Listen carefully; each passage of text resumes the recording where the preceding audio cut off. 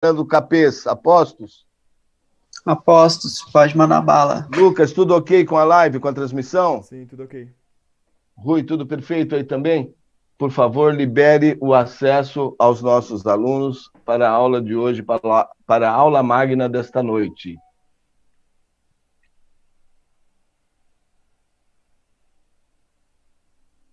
Estão entrando? Quantos acessos, Rui, por favor? Mais de 40. Ok. Estão todos entrando. Deixa eu acompanhar pelo monitor.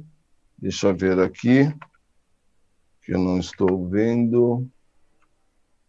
Vamos aguardar a entrada de todos os colegas em sala de aula. Vamos ver se a palestrante já está. A doutora Alessandra, já posso vê-la.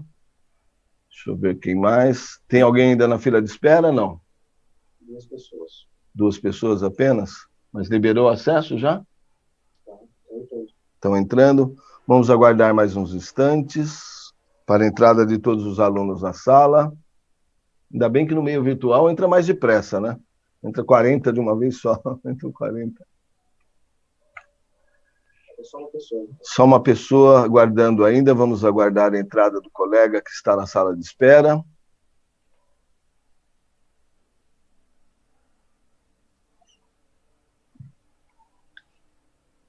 Ainda está na espera? Me fala o nome que eu mando uma mensagem pelo WhatsApp. Maria Luísa Soares. Mas já está ingressando. Já está ingressando? Talvez seja a internet dela. Será que a internet dela que é ruim? Me avisa quando estiver ok, por favor. Fica chato começar sem a colega, né? Acessou a sala? Ela não consegue entrar. Não consegue? Continua ingressando. Por que será? Bom, tenta ver se consegue solucionar. Colegas, boa noite. Vamos dar início à nossa 4ª aula magna do evento Masterclass Direito Direto. O colega não conseguiu acesso ainda à sala? Temos uma colega em espera. Ah, conseguiu entrar, ok. Então, para que ela não perca o conteúdo, vamos lá. Vamos dar início à nossa 4ª aula magna do evento Masterclass Direito Direto. Hoje, Mindset em Direito Médico, com a palestrante doutora Alessandra Varrone de Almeida Prado Souza. Vou passar a palavra para representando o Centro Acadêmico Fernando Capês, que é um dos organizadores deste evento, o jovem Jefferson. Com a palavra, Jefferson, libera o microfone para ele, por favor. Tá liberado já, Wander. Obrigado pela palavra. Bom, boa noite a todos, né? Sou o diretor científico Jefferson Rodrigues, do Centro Acadêmico de Direito Fernando Capês, da Uninove, e agradecer ao Wander, a Alessandra, a nossa palestrante, o Stefferson, o Paulo Roberto, que infelizmente não pôde estar presente hoje, e agradecer a todos que estão confiando nesse projeto, né, cultural do CA em parceria com outras instituições, e que, assim, o Masterclass tem sido um sucesso, né, tanto de inscrito, de visibilidade, porém, não seria um sucesso tão grande se não fosse os alunos interessados em participar, né, porque tem entidades estudantis por trás que têm ajudado a gente a divulgar esse evento, né, e, bom, acho que o agradecimento maior que eu posso dar nesse momento é ao CA de Direito da São Judas, né. Bom, acho que essas são as considerações breves que eu tenho. Passo a palavra agora para o Wander e vamos iniciar esse evento grandioso, né? Muito obrigado a todos. Obrigado pelas palavras, Jefferson. Representando, me cumpre a missão de representar também a Associação União da Advocacia Santamarense, da qual eu sou membro do grupo do Departamento de Cultura e Eventos. Estou representando também hoje aqui o seu presidente, Dr. Stefferson Santos, que não pôde comparecer a este evento. Para que saibam mais sobre esta associação de advogados, que batalha muito pela advocacia santamarense, muito luta em prol e oferece aos advogados aqui da região, Temos o site www.uasa.org.br. Quem quiser conhecer um pouquinho mais o trabalho da União, da Associação da Advocacia Santamarense. Bem,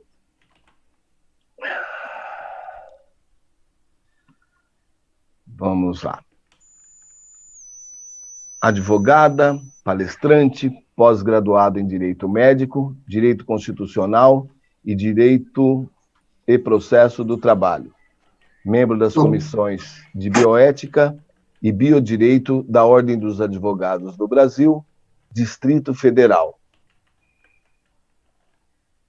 Biodireito e Saúde da Subseção de Taguatinga.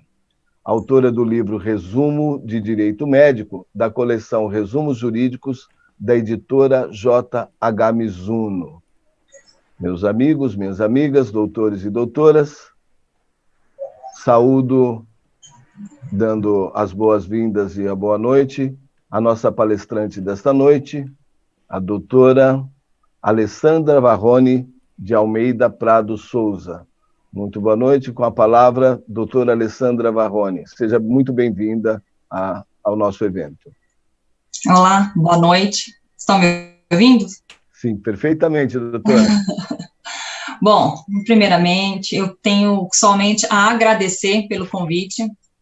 É um prazer estar aqui compartilhando desse evento e parabenizar a vocês, organizadores, porque este evento vai entrar para a história pela grandiosidade, e assim, eu torço e desejo do fundo do meu coração que esse seja apenas o primeiro, que daqui em diante seja todos os anos, cada semestre, porque a ideia foi excelente, parabéns. Obrigado, doutora. Se a gente sobreviver até lá, porque nunca imaginei que desse tanto trabalho, mas está valendo a pena, está sendo muito prazeroso, uma experiência ímpar para a gente também. Está sendo uma experiência incrível. Que legal, que bom. Posso começar? Sim, claro. Somos todos ouvidos, doutora. Bom, no primeiro momento, eu gostaria de indagar. Alguém já conheceu? Já ouviu falar em direito médico? Por que eu faço essa pergunta e espero, assim, eu gostaria muito de estar com vocês, né? De que esse evento fosse ao vivo, porque assim eu conseguiria olhar nos olhos dos senhores e verificar e identificar o que vocês estão pensando. Infelizmente, por conta da pandemia, a gente não pode estarmos juntos, né? Quer falar alguma coisa? Caso a doutora queira, não sei, a dinâmica que a gente adota, a gente costuma abrir a palavra ao palestrante e no final abre para que os acadêmicos façam pergunta. Se a doutora preferir, eu posso pedir que o pessoal se manifeste pelo chat e a gente transformar isso numa coisa mais interessante, se for isso que eu entendi que a doutora gostaria de fazer. Se não, se quiser no final, porque... No final, melhor, né? Eu acho, porque assim, eu quero o mindset, né? Eu quero mudar, apresentar novos paradigmas. Então, eu preciso fazer a minha colocação. Pode ser? Claro, claro. Bom, então, direito médico não se aprende na graduação, não é uma matéria que ela está fixa na graduação. Eu sou formada há alguns anos, na graduação são matérias, direito civil, constitucional e direito médico, ela não está. Na rotina do advogado também não está presente. Então, eu venho aqui com a ideia de transformar esse pensamento. Eu vou com calma. Bom, a princípio, direito médico geralmente se pensa naquele basicamente em erro médico, né? Quando a gente fala em direito médico, a gente fala em responsabilidade civil, se vem à mente as 3 situações que eu acredito que muitos colegas acadêmicos já saibam, já tenham ouvido dizer, como imprudência, negligência e imperícia. Bom, mas será que é só isso que o direito médico se configura? É isso que eu quero começar, que os senhores iniciem pensando. Muitos colegas, quando eu comecei a falar que eu advogava em direito médico, perguntavam para mim, mas direito médico? Mas direito médico é só a responsabilidade civil? É só o erro médico? Mas por que essa questão? O que envolve direito médico?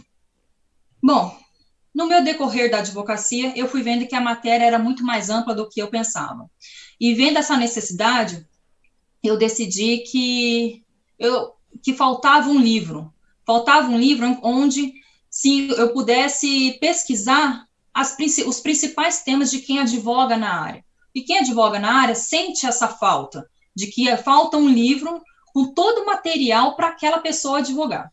Então, com base nisso, e também somada à minha experiência na advocacia, eu resolvi escrever esse livro, que se transformou nesse livro Resumos de Direito Médico, da editora JH Mizuno, que é um sucesso. Eu estou em a terceira mais vendida.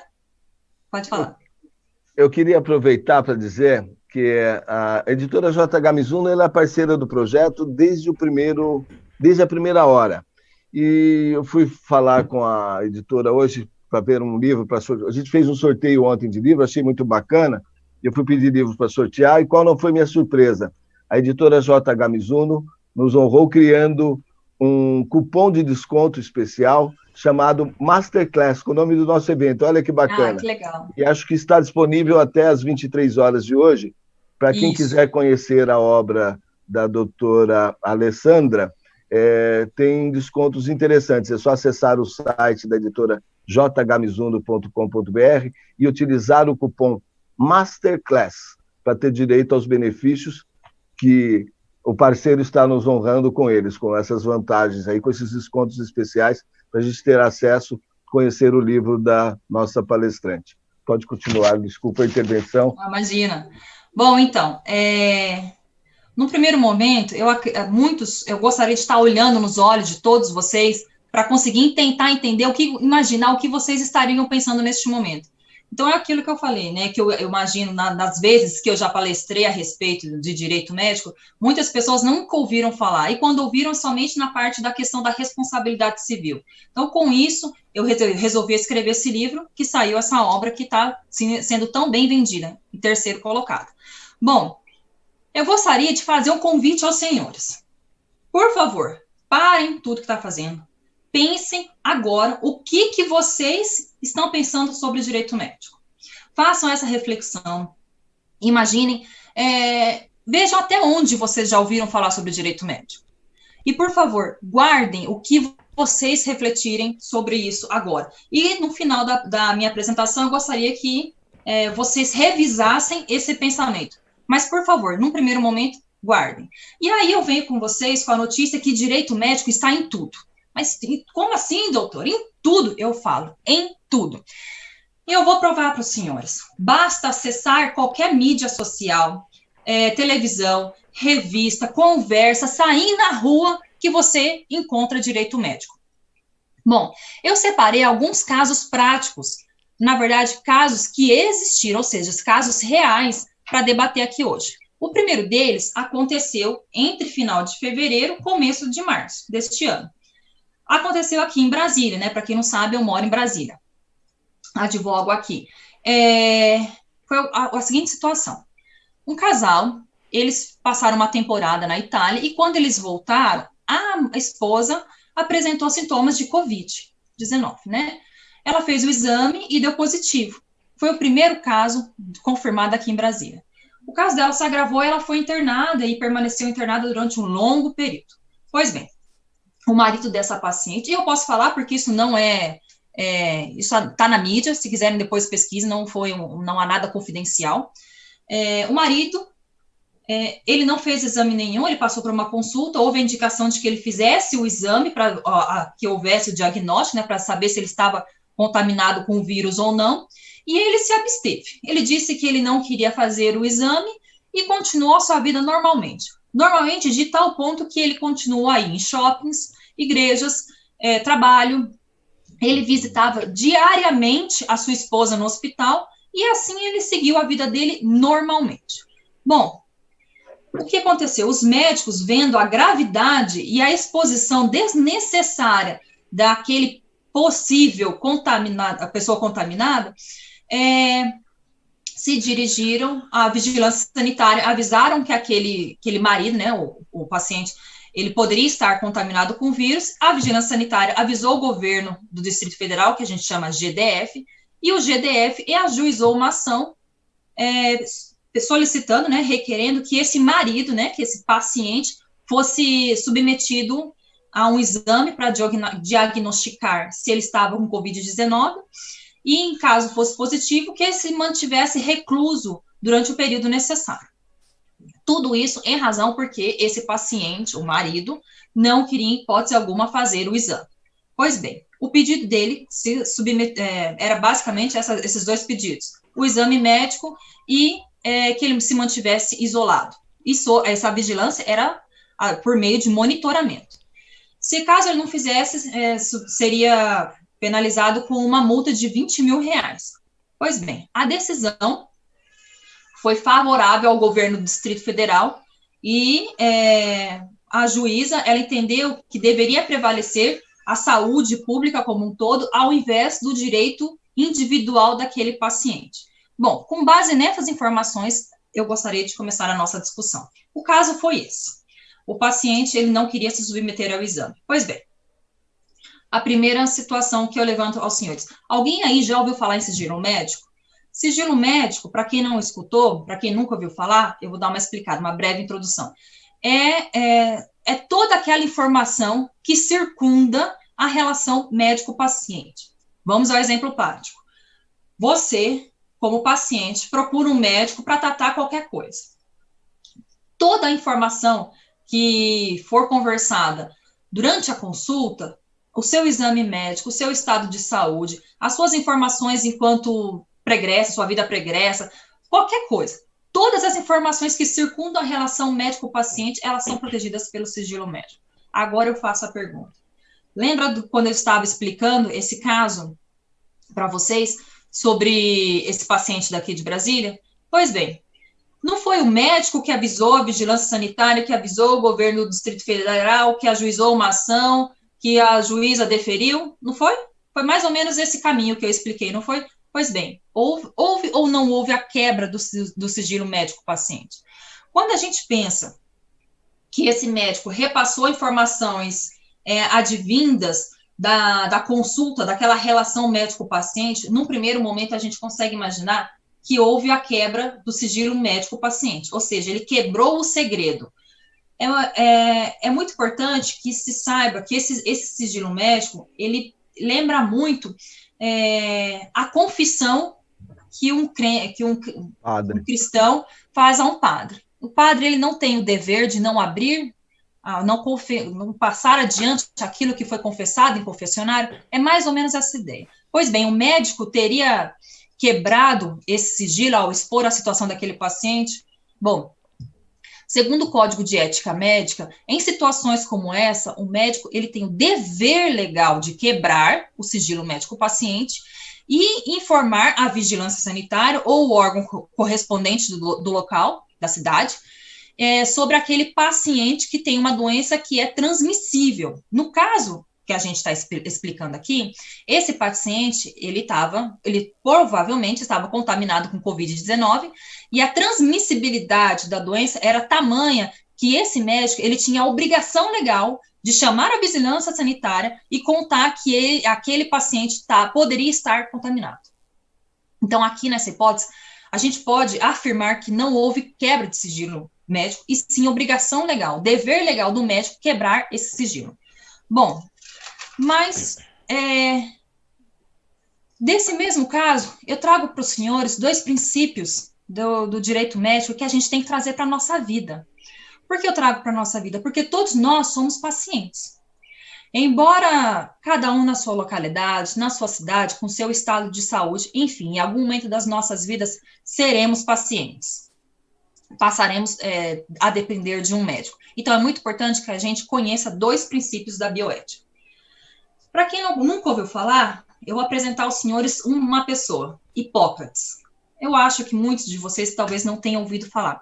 Hipócrates, ele é conhecido como o pai da medicina. Ele viveu há mais de 2000 anos atrás, bem antes de Cristo.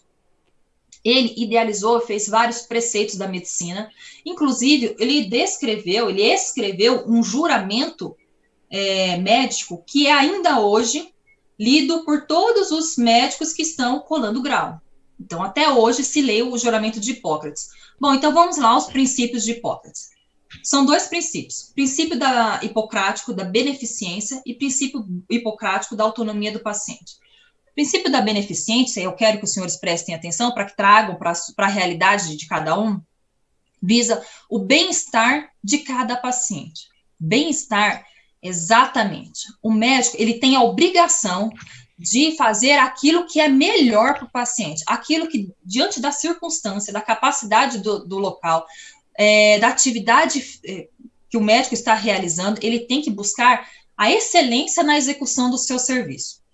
Bom, ele deve, então, maximizar as benfeitorias e diminuir os riscos. Eu vou elencar um exemplo para que os senhores consigam entender e visualizar o que significa muito bem esse princípio. Imagine a seguinte situação: o médico, ele está de plantão no hospital e ele recebe um paciente com trauma. Sofreu um acidente de carro, sei lá, foi atropelado por uma moto, enfim, sofreu um acidente e chega com diversas fraturas por todo o corpo naquele hospital. O médico examina o paciente, vê que ele está com uma hemorragia na perna e ele analisa, faz exames, enfim, ele vê aquela situação que ele precisa agir naquele momento. Ou ele amputa a perna, ou ele arrisca que o seu paciente possa vir a óbito diante do sangramento que está ocorrendo. Nessa situação, o médico ele precisa agir rápido. Imaginemos que o paciente está desacordado, que provavelmente é o que aconteceu no exemplo que eu citei. Diante dessa situação, o médico vai trazer em mente o seu princípio da beneficência, o princípio hipocrático da beneficência, e decidir o que é melhor para aquele paciente, perder a perna ou arriscar a vida. Nessa situação, o médico, então, vai escolher amputar a perna, independentemente da vontade do paciente. Princípio da autonomia, princípio hipocrático da autonomia. Princípio da autonomia, e isso é muito legal que todos saibam, que é a prevalência da vontade do paciente. Vontade? Mas o paciente lá sabe o de medicina, como é que ele vai falar da vontade do paciente se ele não sabe, ele não entende de medicina? Pois bem, isso é muito interessante que todo paciente sabe. Eu reflito e eu reforço mais uma vez. Bom, quando a gente fala em autonomia do paciente, a gente tem que lembrar que os médicos, eles têm o dever de explicar ao paciente tudo o estado de saúde que o paciente se encontra, as opções de tratamento, as opções de medicamentos, as reações que aqueles medicamentos podem vir a trazer. Enfim, eles têm que expor ao paciente todas as situações circundantes do momento que aquele paciente está vivendo. Vamos imaginar um câncer, ele tem que expor todas as situações possíveis que ele verifica para esse paciente, e com base nessas informações que devem ser compatíveis ao grau de entendimento do paciente, ou seja, se o paciente é analfabeto, o médico deve sim descer ao nível desse paciente e expor todas as informações até que esse paciente compreenda, e aí sim, de posse dessas informações, o paciente, juntamente com um médico, decidirão qual que é o tratamento, o medicamento, enfim, qual que é a decisão que será tomada. Então, a gente fala, a partir do princípio hipocrático da autonomia do paciente, a gente propaga dois importantes direitos que o paciente tem, que é o direito à informação e a decisão compartilhada. E isso, são poucos pacientes que têm acesso a essas informações, que eles saibam do seu direito, então é muito importante que todos tenham conhecimento dessas informações.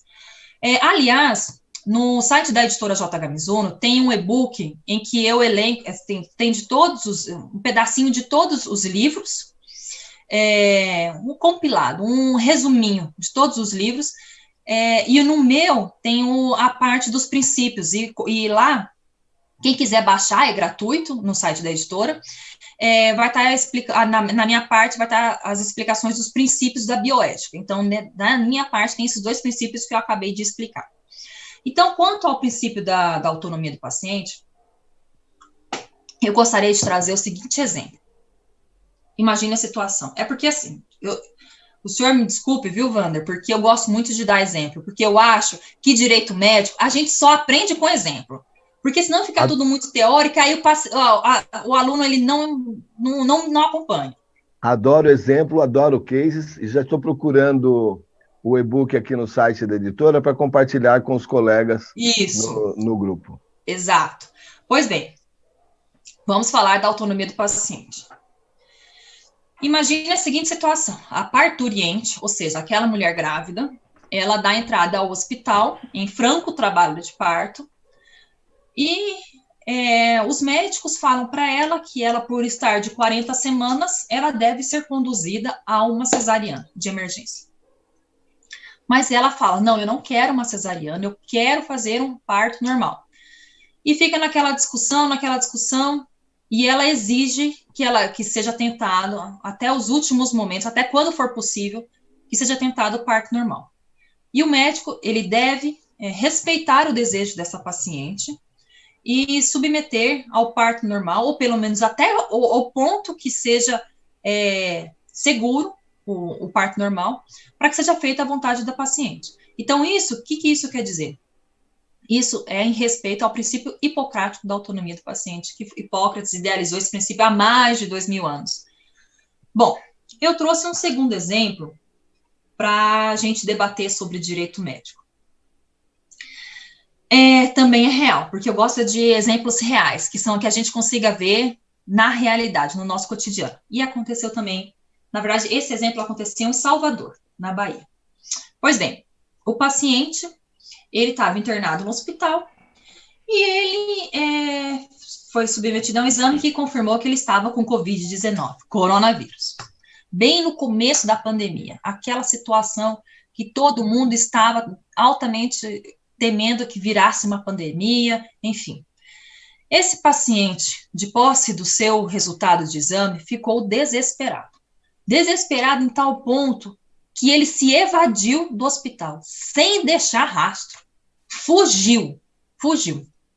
Todo mundo do hospital, a cidade, os policiais ficaram todos atrás desse paciente, porque ele estava confirmado, ele havia tido a confirmação de que ele estava doente, e precisavam que ele ficasse recluso para impedir a transmissão da doença. Pois bem, depois de dias procurando, ele foi encontrado em Trancoso, que é o litoral da Bahia, onde se tem praias maravilhosas, hotéis destinados ao turismo, e ali ele estava hospedado em um quarto de um determinado hotel de Trancoso. Ele foi detido e foi colocado em reclusão. Ok. Diante dessa situação, eu trago para os senhores a seguinte pergunta. Essa atitude desse paciente configurou o crime? Ele ter se evadido, sabendo que estava doente, sabendo que ele estava com uma enfermidade que é altamente transmissível, ele cometeu crime? Pois ele cometeu crime. De acordo com o artigo 167 e artigo 168 do Código Penal, ele pode ter incidido em uma dessas duas possibilidades. Não é verdade, para mim, ele incidiu nas duas. Eu vou ler a disposição para os senhores. Artigo 267. Causar epidemia mediante a propagação de germes patogênicos. Nada mais é do que transmitir o vírus para onde você passar, que é exatamente o que aconteceu, né? Ele estava sabendo que ele estava doente, e ele saiu, percorreu várias cidades transmitindo a doença. Artigo 268. Infringir determinação do poder público destinada a impedir introdução ou propagação de doenças contagiosas. Bom, lembram que essa doença é altamente transmissível, que na época, é assim até hoje, aquela pessoa que tem o conhecimento que está doente, ela deve ficar em isolamento. Então, agir assim, ele colocou em risco inúmeras pessoas, né? Pois bem, então nós falamos do viés do Código Penal, né, da lei penal.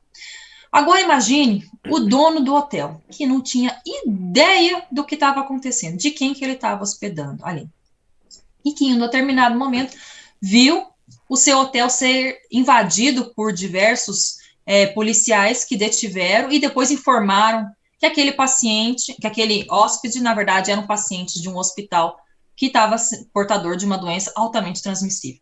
Pois bem, Vamos imaginar que esse proprietário do hotel, ele, após a saída desse hóspede, ele teve que fazer uma desinfecção daquele quarto e dos locais onde esse hóspede passou. Restaurantes, áreas de lazer, recepção, tudo teve que ser descontaminado. Imagine que, por causa dessa descontaminação, pessoas que estavam ali hospedadas foram postas em risco e tiveram que sair da sua estadia, tiveram que ir para outro hotel, tiveram que voltar para suas residências, enfim, tiveram prejudicada as suas férias. Imagine as pessoas também que iam viajar para essa localidade e foram avisados antes disso acontecer e tiveram a sua viagem cancelada. Nós falamos de diversos prejuízos financeiros, não é? Imagine também esses policiais que tiveram que deter esse doente. Imagine se eles não tiveram equipamentos de proteção individual para que eles não fossem postos em potenciais para pegar essa doença, né? Se algum deles pegou e transmitiu a doença para seus familiares e assim e as pessoas que tinham contato com os familiares podem ter pegado, porque é uma cadeia, né? Essa doença ela é uma cadeia, ela passa de uma pessoa para outra. Imagina toda essa situação. Todas essas pessoas que tiveram prejuízo financeiro por conta da atitude irresponsável desse doente, elas podem sim ajuizar uma ação de indenização e requererem os danos materiais e morais dos prejuízos que tiverem decorrente da atitude desse paciente. Pois bem, falamos da esfera civil. Agora vamos para o hospital. Imaginemos que o hospital, eu nem vou falar que ele é público, vamos imaginar que o hospital, independentemente dele ser público ou privado, que esse hospital, muito provavelmente, ele vai ser aberto uma sindicância para saber se algum funcionário do hospital facilitou ou ajudou, né, de alguma maneira, que esse paciente se evadisse do hospital. Essa sindicância interna, ela pode culminar numa demissão, né, numa suspensão, enfim, de alguma maneira. Então, imagine se o médico, imaginemos que seja um médico, que o médico, ele seja sindicalizado e ele perca um emprego. Quando a gente fala nessas situações, no viés do hospital, a gente está falando de direito administrativo, né? Porque a gente está falando de normas administrativas que circundam esse mesmo fato. Pois bem, agora eu trago num outro viés. Imaginemos no viés do paciente, ele assustado, ele sem conhecimento, imaginando o conhecimento que temos hoje dessa doença, afinal, isso aconteceu no começo da pandemia. Então, ele sem todos os conhecimentos, inseguro, tal, ele se vê no direito constitucional previsto no artigo 5º da Constituição, que ele tem o direito de ir e vir para onde ele quiser, e que esse direito deve ser prevalecido sobre qualquer coisa. E ele sai, decide evadir. Bom, neste exemplo, nós conseguimos elencar quantos direitos? Vamos lá. Direito penal, direito constitucional, quando a gente fala de Constituição Federal, civil. Código Civil, quando a gente fala em indenização, direito administrativo, quando a gente fala numa sindicalização, né, numa responsabilidade que vai cair no viés administrativo por parte do servidor, do médico que corroborou para essa atitude imprudente desse paciente. Bom, num simples exemplo, a gente conseguiu elencar 4 matérias do direito que a gente aprende na faculdade. Então, peraí, doutores, eu estou trazendo vocês para perto do direito médico. O direito médico, ele é um pouquinho mais amplo de um código civil, de um código penal. Ele vai além disso. Bom, eu demonstrei essas 4 matérias e trago para os senhores o terceiro exemplo. Essa situação, infelizmente, ainda vem acontecendo, não só em Brasília, mas em vários lugares do mundo. Inclusive, eu fiz até um vídeo que está no meu Instagram, em que eu explico bem essa situação. Vamos imaginar. E aí, Wander, eu pergunto se está acontecendo aí, em São Paulo, né? Muitos pacientes, eles recebem um diagnóstico de Covid, eles avisam o empregador que eles estão doentes e que eles não poderão comparecer ao trabalho. É certo que há previsão, né, que esse doente fique 14 dias em isolamento, caso ele tenha uma reação tranquila da doença. Mas tem pacientes que 14 dias não é suficiente. E após esses 14 dias, imaginemos que esses pacientes retornam ao médico para uma consulta, porque ainda não se sentem bem. E avisam que precisam retornar ao trabalho, porque o empregador está exigindo a sua presença. E só vai deixar que eles permaneçam em licença para tratamento de saúde, caso o médico faça um relatório médico, não é um atestado, um relatório, em que demonstre a necessidade da permanência desse paciente, ou seja, o empregado, na casa. Imaginemos que o empregado já tenha levado para o empregador o atestado falando que ele estava doente, que ele precisava de uma licença maior. Bom, nessa situação, o empregador, ele pode exigir do paciente, do empregado, um relatório médico em que o médico exponha aos detalhes da sua saúde, né, da saúde do paciente, para que convença o empregador a permitir que esse empregado cumpra a licença. Bom, aí eu trago uma conversa que eu comecei no começo da minha explanação, que é o sigilo médico. Lembrando para quem entrou agora há pouco que o sigilo médico, ele é toda aquela conversa que circunda a relação médico-paciente, todas aquelas informações que circundam essa relação, e ela deve sim ser protegida. Ou seja, todas essas informações que são adquiridas por meio da relação médico-paciente, elas não devem ser divulgadas. Mas nesse exemplo que eu disse, o empregador quer ter acesso a essa informação. Há a possibilidade do empregador ter acesso a essa informação? Pois bem, se o médico simplesmente quebrar esse sigilo e informar detalhes da vida íntima desse paciente, o médico estará quebrando o sigilo médico e praticará um crime previsto no Código Penal, que é a quebra do sigilo médico. Bom, a pergunta continua. O empregador, ele pode exigir esse relatório médico? Não, ele não pode. Ele não pode. O que ele pode é pedir, solicitar que esse paciente, o empregado, traga a ele uma justificativa. Caso o empregado queira, e aí sim a gente fala numa anuência por escrito do paciente, esse empregado vai conversar com o médico e aí sim o médico confecciona esse documento com a anuência por escrito. Mas aonde que está escrito isso? Onde que está previsto essa anuência? Não está só na minha cabeça, viu, Wander? Me desculpa, não está só na minha cabeça. Está escrito no Código de Ética Médica, no artigo 73, parágrafo único deste código. E lá elenca situações em que o médico pode quebrar o sigilo médico-paciente. Uma das 3 situações é a anuência, a concordância expressa e por escrito do paciente.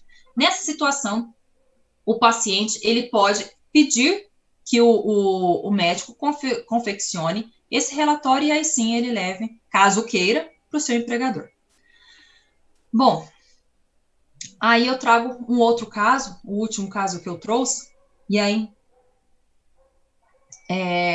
nós vamos para uma parte um pouco mais, talvez, para alguns, macabra da nossa conversa, mas é uma situação que eu como advogada, acabo recebendo diversas ligações de médicos, e há alguns dias atrás eu vivenciei essa mesma situação que eu vou expor para os senhores.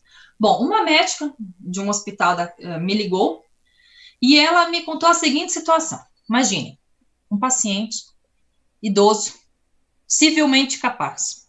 Ele estava internado na UTI. Enquanto lúcido, ele avisou que ele não queria que ele fosse submetido a nenhuma intervenção que forçasse a manutenção da sua vida. O que é isso, essa manutenção? O que isso quer dizer? Que não fosse realizado nenhuma manobra de ressuscitação, não fosse feito, colocado, né, intubação nele, enfim, medicamentos, que não fosse realizado nenhum procedimento médico que prolongasse demasiadamente a vida dele. Porque esse paciente, ele estava com Covid-19 e ele estava acompanhando o seu estado degenerativo da doença. ele estava num grau mais elevado da doença, e ele, conhecedor do seu corpo, ele viu que dali ele não ia sair. Então ele avisou, chamou a equipe médica, avisou que o desejo dele, avisou os familiares, e aí, dias após, ele entrou em coma e a médica ficou desesperada com a situação, me ligou porque aconteceu a seguinte problemática. O pessoal do hospital, os diretores, a cúpula do hospital, não admitia que não fosse feita nenhuma manobra de ressuscitação nesse paciente.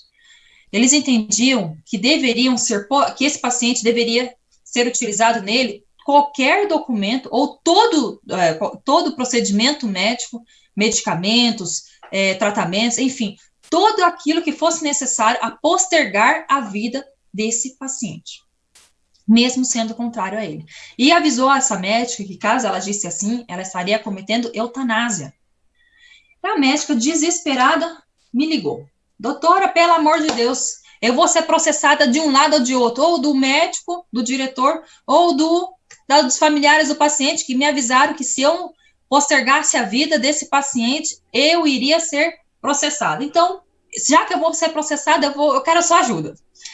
Aí eu fiz algumas inquisições, e o que eu quero dizer aqui é o seguinte, quando o paciente ele está lúcido, você, qualquer pessoa, antes da doença, eu quero que saiba, que não tem esse elo próximo à morte, antes de que aconteça qualquer coisa, a gente pode explanar como a gente quer que seja os nossos últimos momentos de vida.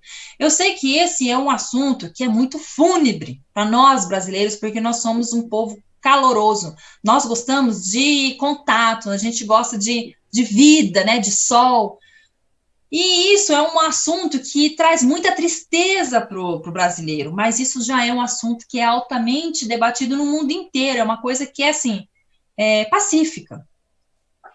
Essa explanação antecipada, em que você, qualquer pessoa, ela diz como ela quer que sejam os seus momentos finais, tem um nome, que chama diretrizes antecipadas de vontade. Nessa explanação, não precisa necessariamente ser um documento por escrito, registrado em cartório, não há necessidade disso. Basta que o paciente, né, que a pessoa fale a alguém de confiança, ou fale ao médico, à esposa, ao marido, pai, mãe, enfim, fale a algum familiar, como ela quer que aconteça os seus momentos finais. Por que isso? E isso é feito para que não aconteça o que aconteceu com esse senhor que estava internado. Bom, diante dessa situação, eu perguntei a essa médica se havia registros de que ele havia feito, enquanto demonstrado esse desejo, e havia. Eu perguntei a ela se os familiares concordavam com ela, né, desse desejo desse paciente de que não fosse submetido a manobras de ressuscitação, e os familiares concordavam. Então, com base nessas informações, o paciente, ele aceitava apenas cuidados paliativos, e eu vou explicar cada uma dessas hipóteses. E assim foi feito, ele recebeu cuidados paliativos, tudo altamente documentado, e naquele mesmo dia ele faleceu. O falecimento dele foi transmitido via web por todos os familiares, porque ele estava com Covid-19, então nenhum podia estar presente, e todos agradeceram imensamente à médica por ela ter respeitado as últimas vontades desse senhor. Bom, mas que tristeza, né? Que assunto pesado. Eu vou explicar alguns temas que eu disse aqui. Tá, vamos lá. Primeiro, eutanásia. O que é eutanásia? A eutanásia, ela é conhecida, ela tem um nome popular que é chamado morte digna. Morte digna porque ela é dada ao paciente a abreviação, é dado a ele a oportunidade de abreviar a vida. No Brasil, ela é configurada crime. Existem até diversos filmes, tem um filme americano que conta a história de uma boxeadora que ficou tetraplégica após uma luta em que a companheira dela de luta fez uma manobra que causou essa lesão na sua coluna. De todo modo, ela solicitou que o médico fizesse esse procedimento e o médico não aceitou fazer a eutanásia. E quem acabou fazendo, aplicando a medicação que ceifou a vida dessa boxeadora, foi o treinador dela. Então, a eutanásia, confere uma morte digna porque ela permite que aquele paciente, que não tem expectativa nenhuma de vida, de melhora, tome um medicamento que cesse a sua vida. Ou seja, é uma atitude ativa que cessa a vida daquele paciente. Pois bem, existe outro nome que é comum no direito, chamado ortotanásia. Ortotanásia é a morte que acontece, é uma morte natural, que ela se prolonga, é o prolongamento da doença. Então, imaginemos a seguinte situação. O paciente ele tem um câncer, e esse câncer se torna incurável e, a partir de determinado momento, ele falece em decorrência do câncer. Sem qualquer intervenção, sem qualquer manobra de ressuscitação, ele não acorda. Está dormindo, não acordou. Isso é chamado, no Brasil, de ortotanásia. Não há crime, não há qualquer tipo de manobra que fez com que ele falecesse. Enfim, ele faleceu. E ela é permitida no Brasil. Cuidados paliativos. Cuidados paliativos causa um pouco de confusão com a eutanásia aqui no Brasil, porque é o seguinte, cuidados paliativos é o cuidado que o paciente recebe quando ele já não tem mais como rejuvenescer, ele não tem mais como ter acesso à sua saúde, ou seja, ele vai morrer. Só que é dado a ele medicamentos e tratamentos que façam com que ele tenha uma morte digna. Então, geralmente é dado medicamentos para que ele não sinta dor, é colocado ele em contato com os familiares, e ali aguarda a morte. Então, cuidados paliativos, o paciente recebe os cuidados necessários para que ele tenha o seu momento morte de maneira digna. Tudo isso está descrito e dentro do direito médico, né? E eu falei também das diretrizes antecipadas de vontade, que também está dentro do direito médico, né? Que é um ramo muito novo do direito, que é a pessoa, o paciente, expressar o seu desejo, né? Os seus últimos momentos de vida. Então, tem até centros que fazem por escrito esse documento, né? Tem algumas pessoas que fazem testamento vital, enfim, que fazem a documentação para que seja garantido os seus últimos desejos de vida, né, enquanto tiver vida. Porque aqui, ainda no Brasil, isso é um tema novo, ainda não estamos acostumados a conversar sobre morte, mas, enfim, em algum momento ela chegará e temos que discutir sobre isso. Bom, agora eu trago para os senhores e peço que os senhores relembrem aquela pergunta inicial que eu fiz, para que vocês tragam à mente a opinião de vocês sobre o direito médico. Bom, eu tentei demonstrar aqui, eu espero que eu tenha conseguido, trazer aos senhores que vocês vejam, né, tenham visto que direito médico, ele não há para o direito médico uma única lei. O único código, como Código Civil, Código Penal, Constituição Federal, né, ele é um conjunto de matérias. O direito médico, ele propicia uma interface dos ramos do direito.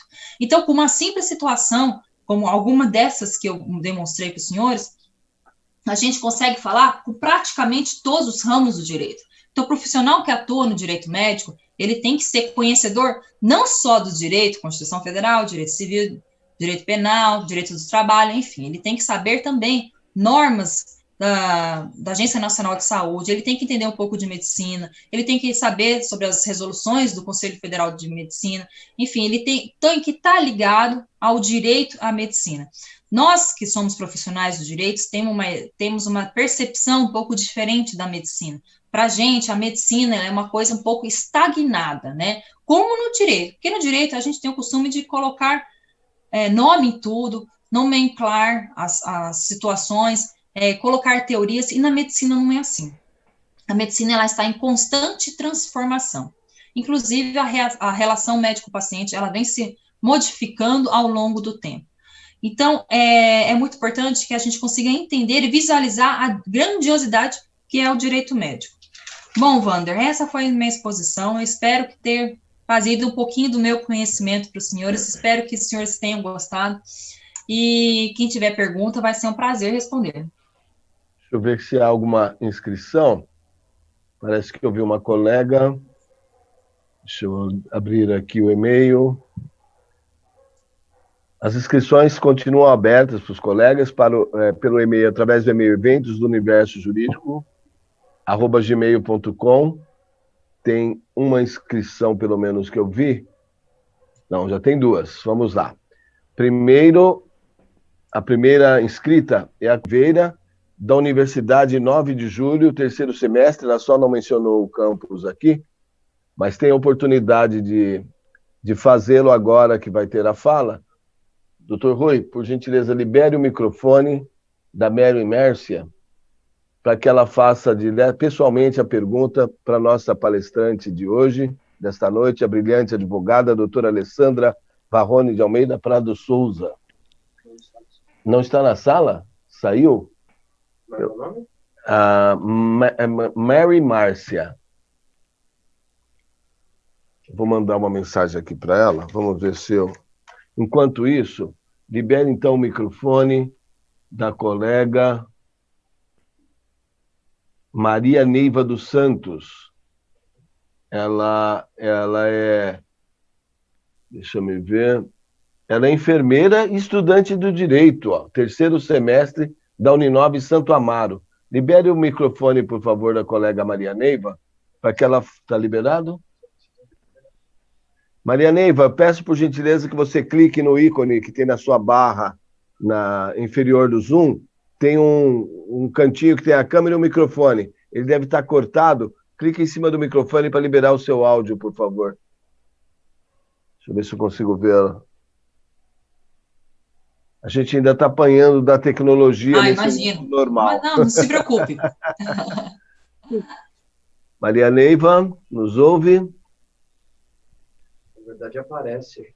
Pedindo para... ligou. Ligou? Maria Neiva, somos todos ouvidos para ouvir a sua pergunta, diretamente aí à nossa palestrante, doutora Alessandra. Oi, Wander, é a Neiva. Tudo bem? Que bom te ver, amiga. Quanto tempo que a gente não se vê? Para você ver, né? O que a quarentena fez com as pessoas. Primeiramente, boa noite a todos. Boa noite, doutora. A minha dúvida é a seguinte. Eu sou enfermeira, como eu já falei, e é por isso, inclusive, que eu vim entrar para a área do direito, para realmente compreender também algumas coisas nesse âmbito. A questão é, quando o paciente ele faz por escrito que ele quer fazer doação de órgãos, pós-morte, claro, e a família depois interfere e opta por não fazer. Como que isso como que o direito médico contempla isso? Bom, então, no começo da palestra, da minha explanação, eu falei sobre o princípio hipocrático da autonomia da vontade do paciente. Se a gente imagina na seguinte situação, eu não sei se nesse caso que você me falou, se esse paciente, ele era maior de idade, se ele era civilmente capaz, mas eu vou imaginar que sim. Então, vamos imaginar que ele seja uma pessoa adulta, civilmente capaz. Nessa situação, a vontade dele deve prevalecer. Segundo o princípio hipocrático da autonomia da vontade do paciente, o paciente, conhecedor dos seus direitos, conhecedor da sua situação, ele tem o direito de que sua vontade seja prevalecida. Então, nessa situação, se ele disse à equipe médica, vamos imaginar que ele estava internado, e ele disse àquelas pessoas ali que ele gostaria que seus órgãos fossem doados, então a equipe médica ela tem o direito, para não dizer o dever, de submeter à vontade daquele paciente. Numa outra perspectiva, olha como o direito médico é amplo. Se nesse viés que ele disse, num tempos em que ele estava saudável, antes de uma internação, vamos pensar assim, embora não seja obrigado que ele não esteja internado para que a vontade dele não prevaleça, enfim, imaginamos que ele tenha feito essas diretrizes antecipadas de vontade, que eu disse agora há pouco, que ele tenha dito aos seus familiares, amigos, ou documentado até mesmo num documento, tenha documentos que nem a minha OAB mesmo, ela tem como a opção de eu ser a doadora de órgãos. Imagina que no documento profissional dessa pessoa esteja escrito. Então, ou seja, ele disse enquanto vivo que ele gostaria que fosse doado. Na perspectiva do princípio da autonomia da vontade do paciente, e como também no viés de diretrizes antecipadas de vontade, o desejo desse paciente deve ser submetido, ele tem que deve ser doador de órgãos, né, no caso, independentemente da vontade dos seus familiares. Respondi essa pergunta? Exatamente, muito obrigada. Nada. Bom te ver, colega. Bem, Obrigada, temos agora a pergunta da Regiane Valente, que muito me alegra, porque não é colega da minha universidade, eu gosto assim, gosto de ver o direito, o acesso à informação de todos. É uma colega da Universidade São Judas Tadeu, do campus da Moca. A Regiane Valente quer fazer uma pergunta. Rui, por gentileza, liberou? Regiane, somos todos ouvidos para a sua pergunta. Seja muito bem-vinda, boa noite. Pode fazer sua pergunta à doutora Alessandra. Olá, boa noite a todos, muito obrigada. Não estamos muito vendo sua imagem. Peraí. Você liberar Você a quer ver câmera meu rosto, também, tá bom, peraí. Esse registro. Eu gosto de ver o rostinho das Pronto, olha aqui, ó. legal, muito bem-vinda, amiga. Legal. Muito obrigada, boa noite a todos e muito obrigada. Doutora, a minha pergunta isso é um caso verídico. Se é o pai de uma amiga, é obeso, diabético, foi afastado do trabalho, depois voltou agora novamente, e o dono está resfriado, estava com Covid, não falou, e acabou o pai dela pegando, e agora está internado. Está muito mal e está internado, até pelas condições dele, física. Isso pode configurar uma ação, porque assim, a Covid, você não sabe de quem você pega, né? Isso é muito duvidoso, de quem que eu peguei. Mas no caso, o dono da empresa, ele estava resfriado, estavam tudo na mesma sala, e esse senhor está agora doente. Eu posso sim processar, né? Eu estou dando hipoteticamente, mas pode ter uma ação contra essa empresa, contra esse empregador? Recentemente, até teve uma decisão do Supremo Tribunal Federal tratando justamente dessa questão. Então, o empregado que pega Covid-19 no seu ambiente de trabalho, o empregador é responsável pelos danos causados. Não precisava necessariamente ter uma decisão do Supremo Tribunal Federal. No exemplo que eu citei, não sei se você acompanhou, do paciente que fugiu do hospital, eu falei a respeito do crime. Vamos dizer que esse exemplo que você me trouxe é um exemplo hipotético, ok? É um exemplo hipotético, não aconteceu, tá? Então, nessa situação hipotética, a gente pode dizer que esse empregador, ele pode ter cometido os crimes previstos no artigo 267 e 268 do Código Penal, porque ele se arriscou, né? Ele, conhecedor da sua doença, ele se arriscou a transmitir a doença para outras pessoas. Então, nesse viés, já é crime. Ele já pode responder aos crimes. No âmbito civil, nós podemos falar, sim, de uma indenização. Primeiro, porque nós temos a decisão do Supremo. Segundo, porque ele sabendo, o empregador, sabendo que ele é portador de uma doença altamente transmissível, ele submeteu os empregados, e aí eu falo até mesmo no plural, todos aqueles empregados, a sofrerem danos à sua saúde, e culminou de um desses empregados estarem internados até hoje. Então, nesse coletivo de empregados, porque todos esses empregados têm direito a uma possível ação de indenização por danos materiais, ou seja, imagine os danos financeiros que esse paciente que está internado, da sua amiga, o pai, esteja no hospital particular e ele está gastando dinheiro com a sua internação. Mesmo no público, imagine o prejuízo financeiro que ele está tendo, porque ele talvez tenha diminuído a sua renda, talvez o empregador não esteja pagando os seus direitos trabalhistas. todo esse viés de prejuízo financeiro com medicamentos, tratamentos, vamos imaginar uma hemodiálise, enfim, medicamentos como Clexane, que está sendo muito indicado para essa doença.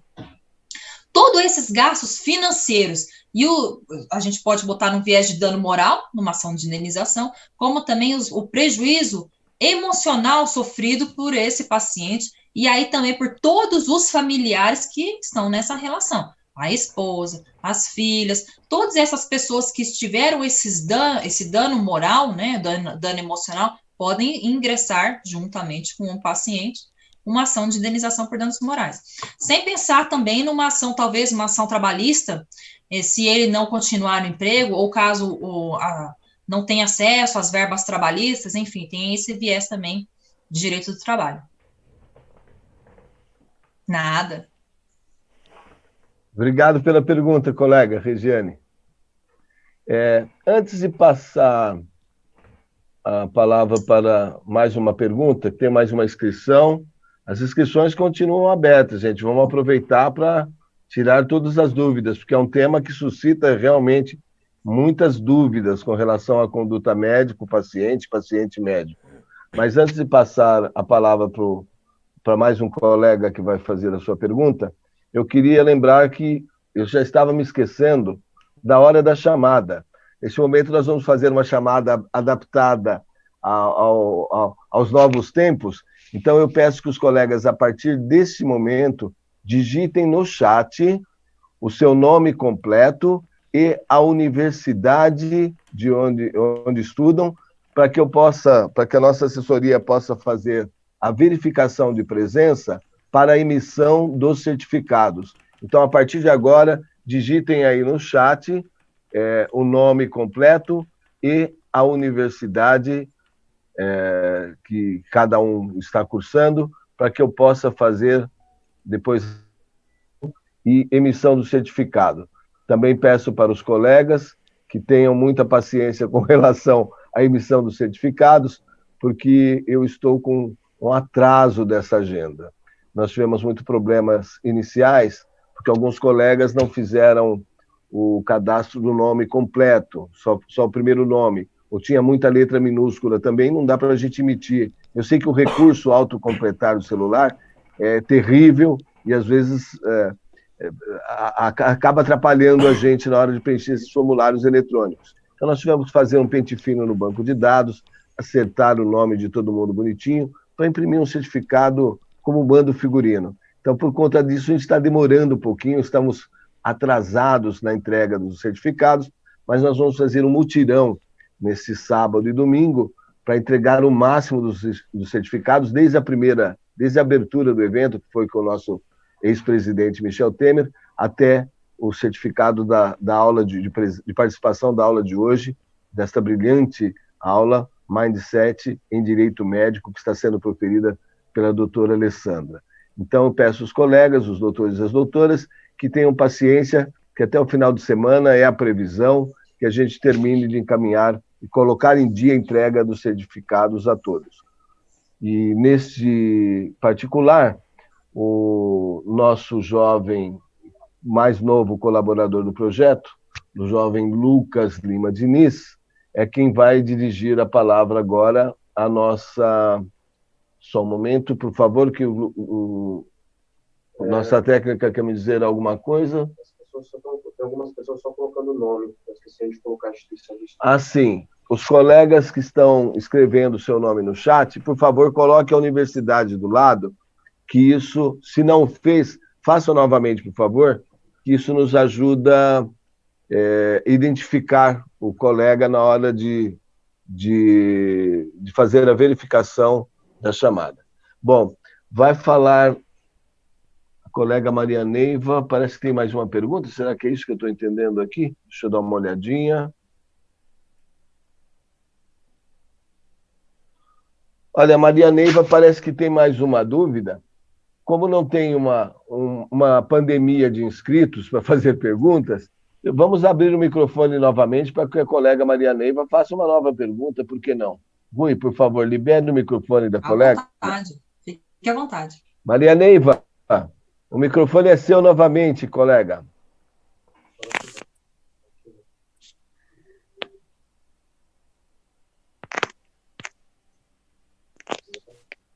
Maria Neiva, seu microfone está aberto. Oi, Estamos Wander. aguardando a sua pergunta. Desculpa eu interromper novamente, eu tenho mais uma dúvida. Não, fique à vontade. É uma outra questão, já que a doutora Alessandra está abordando a questão de direito médico, dentro da área do direito, a primeira pergunta que ela fez, eu acho que deu para, no começo da sua palestra, deu para refletir um pouco sobre isso. Inclusive, a questão que coloquei aí no e-mail é sobre candidatos em períodos de experiência dentro de uma empresa. Estes apresentaram sintomas de Covid e retiraram assim, licença em virtude da quarentena. Só que após o seu retorno, eles foram dispensados da empresa. Eu quero saber com a doutora Alessandra o que o direito ressalta ou fala sobre isso, porque apesar de que, ao meu entender, é direito do trabalho e talvez não abrange muito o que a doutora tem a falar sobre isso. Essa é uma questão que envolve mais direito do trabalho. Com o empregado, quando ele está, no caso, ele está de licença de trabalho, ele tem como se fosse uma estabilidade do trabalho, né? Quando a gente pensa até recentemente, por causa da pandemia, o governo federal, ele fez a suspensão e a redução de jornada de trabalho, por exemplo, não foi? Que é justamente nesse viés de poder garantir o emprego e ajudar o empregador. Nessas duas situações, é garantido que o empregado ele tenha a estabilidade durante todo o período que houver a redução e a suspensão do seu contrato de trabalho. Então, isso não é muito propagado. Então, aquele empregado que teve sua jornada de trabalho reduzida por conta da pandemia, ele tem o direito à permanência no seu local de trabalho. Então, nesse mesmo viés, a gente pode trazer para a situação de uma pessoa que está em experiência, né? Em razão da pandemia, a gente pode falar num direito ao retorno de trabalho, né? Após a sua cura. Entendi. Muito obrigada. Nada. Muito bem. Então, agora eu vou passar a palavra para o jovem Lucas Lima Diniz, que nos assessora, inclusive, do estúdio remoto lá da casa dele, está obedecendo à risca ou fica em casa. Queria fazer uma pequena introdução, uma pequena consideração, doutora Alessandra. O jovem Lucas é um caso sui generis no nosso grupo. Aqui nesse grupo nós temos acadêmicos do direito de diversos semestres, do primeiro semestre ao 10º, temos pós-graduandos, temos até doutores formados, posto que a gente não limita a participação nem de operador do direito no projeto. Se quer contribuir com o estímulo à leitura, quer compartilhar eventos, informações que possam agregar valor à nossa formação acadêmica, são todos bem-vindos. Quer dizer, o grupo é majoritariamente formado por acadêmicos do direito, mas tem também as exceções, o operador do direito e um caso sui generis, que é o Lucas, que é um garoto de 16 anos, aluno do 2º ano do ensino médio da Escola Estadual Santos Dias. Aliás, eu queria saudar os colegas da Escola Santos Dias e os professores, porque devem estar cheios de orgulho de ter um jovem com a formação, com o conhecimento que apresenta o jovem Lucas no nosso meio, que veio aqui, ele me procurou na ocasião, foi interessante, porque ele estava procurando por alguém que pudesse dar livros de direito. Olha, um dos objetivos do nosso projeto é estimular a leitura, posto que no país que nós vivemos, 44% da população não lê e 30% sequer comprou um dia um só livro. E quando eu falo um livro, está incluso nesse rol gibi e a Bíblia Sagrada, tudo é livro. Se tem uma brochura ali, tem páginas, capa e contracapa, é considerado livro para efeito dessa pesquisa. E a gente faz um esforço danado para estimular a leitura, porque o país não tem tradição de ler, não tem tradição de comprar livros, e aí alguém me aparece procurando livro, e livro do direito ainda. Eu falei, eu preciso conhecer essa pessoa. E ele procurou um político aqui da região, perguntando como fazia para ganhar um livro, porque ele tem interesse no direito, mas a vida é difícil para todo mundo, se a gente pode ganhar é mais fácil. E esse vereador aqui da capital de São Paulo falou, olha, eles fizeram um contato pela rede social e falou, procura pelo Wander Simões. E passou o meu contato. Ele me procurou no Instagram e eu fiquei super interessado. Falei, não é possível. A gente fazendo um esforço danado para estimular a leitura e alguém está procurando o livro, eu quero conhecer. Nossa, e eu disse a ele, Lucas, eu não vou te dar livros. Estou vendo que você tem interesse pelo direito, você me contou que já fez um curso de Direito Constitucional EAD no Senado, nós vamos fazer um teste. Você vai participar do nosso grupo, a gente faz semanalmente sorteios de livros e fazemos um concurso que chama Concurso Pergunta da Semana. É livre, você pode usar o Pai Google, dicionário, a pesquisa que você quiser na internet para responder. São perguntas do exame da Ordem do Advogado do Brasil, às vezes perguntas autorais, mas acho que com esforço você consegue ganhar algum livro. Bom, resumo, esse menino já me ganhou acho que uns 3 ou 4 concursos seguidos. Eu fui obrigado a pedir para ele parar, porque ele está espantando minha clientela, só ele ganha livro e não sobra para os outros. Eu falei, Lucas, dá uma maneirada e dá uma segurada, deixa eu renovar o estoque de livros, depois você volta a participar do concurso, porque assim não dá. Então, é o garoto que vai lhe fazer pergunta agora, é um garoto de ensino médio, do 2º ano do ensino médio, mas que já tem um amor muito grande pelo direito, que me comoveu muito e me forçou a fazer o convite a participar dos nossos eventos conosco. Lucas Lima Diniz, o microfone é todo seu, faça a sua pergunta. Boa noite, doutora. Boa noite. Acho que o Wander não vai me obrigar a ligar a câmera não, né, Wander? Eu gostaria, viu? Porque eu falo tanto de você, as pessoas falam, acho que esse Lucas, ele é imaginário, ele não existe. Né? Porque... tá aí. Assim fica melhor. Certo. Só antes da pergunta, eu quero dar um feedback aqui. No início da aula, a doutora disse que ia utilizar muitos exemplos. Eu vou dizer, viu? Facilitou muito no entendimento, ainda mais no meu caso. Então, por favor, continue utilizando exemplos aí, facilita muito. Já no tema da aula, a primeira coisa que me passou em mente, o direito médico, é em relação à testemunha de Jeová, né? A gente sabe que eles têm esse pensamento em relação à transfusão de sangue. E, assim, obviamente, em caso geral, mantém a vontade particular da pessoa, mas o que me vem em dúvida é quando ela é menor de idade. Menor de idade, o pai ele não quer que a pessoa receba sangue, como funciona, e caso a criança ou menor tenha a guarda compartilhada e os lados dividem opiniões, como que funciona isso? Qual lado prevalece? Lucas, você está de parabéns. Obrigado. Primeiro, pela sua iniciativa de procurar ser alguém diferente da média das pessoas da sua idade. Como todo mundo, a gente vê que, infelizmente, são poucas as pessoas que querem ser diferentes e querem buscar melhorar de vida. É muito mais fácil perder tempo no celular do que perder tempo lendo livro. Então, você já está, assim, na frente de milhões de pessoas. Então, parabéns, continue assim, que você vai fazer diferença na sua vida. Você vai longe, eu não tenho a menor dúvida disso. E essa sua pergunta me demonstra ainda mais isso, porque essa é uma pergunta que ela é uma pergunta profunda do direito médico. E eu vou te explicar. Imagina a situação, que eu gosto de explicar com exemplo, né? Porque eu acho que assim, a gente consegue entender melhor o direito médico.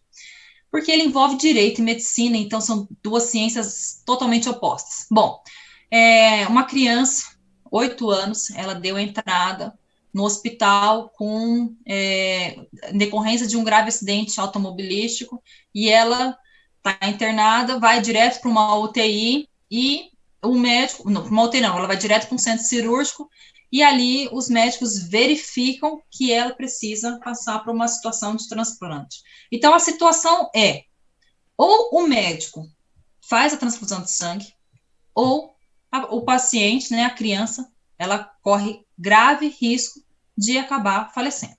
A situação é essa. Então, eu trago como eu disse no começo da minha explanação, o princípio da beneficência, princípio hipocrático da beneficência. Nessa situação, o médico está diante de duas importantes decisões, ou ele faz, ou ele corre o risco da criança morrer. Nessa situação, pouco importa se a criança ela é testemunha de Jeová ou não. É claro que ele vai comprar uma briga com os pacientes, com os familiares, a gente pode dizer que sim. Mas existe uma normativa, uma resolução do Conselho Federal de Medicina que ampara o médico agir assim. Então, na situação emergencial, em que ele precisa agir de pronto, para salvar a vida de uma pessoa, seja ela criança ou adulto, ele age e salva a vida. Na situação em que a criança ela está internada, mas ela vai passar por uma cirurgia, imaginemos que é uma cirurgia eletiva, ela, sei lá, vamos imaginar que ela tem um tumor e ela precisa retirar esse tumor. Nessa situação, que é uma cirurgia que foi agendada, né, que vai ter uma internação anterior, antes do procedimento cirúrgico. Então, nesse momento anterior, os familiares orientam o médico que não querem que essa paciente, que essa criança seja submetida à transfusão de sangue. A orientação do CFM, e aí eu trago, que é o Conselho Federal de Medicina, que é o melhor órgão que pode proteger o médico, na situação em que não há risco de vida para o paciente, o médico segue o desejo do paciente. Então, aí é o princípio da beneficência. Caso não haja risco, por exemplo, é uma situação habitual, pode ser que essa criança ela seja submetida à cirurgia e durante a cirurgia ela não precise, não seja de urgência.